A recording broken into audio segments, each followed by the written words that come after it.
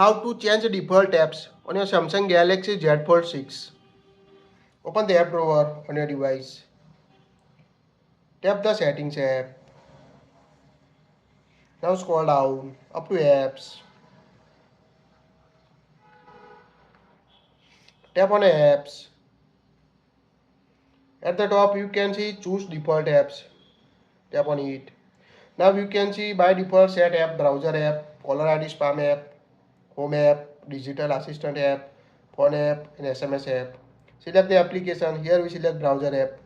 By default set Samsung Internet as a default browser app on your Samsung device. You can choose Google Chrome if you want to set. Go back. You can choose caller ID and spam app, digital assistant as a Google Assistant or a Bixby, home app, One UI Home as a launcher application, phone app and SMS app. Here you can use Samsung Messages apps or a Google Messages app you want to set on your Samsung Z Fold 6. So this is the all application you can change default setting. That's it. If you like it, share it.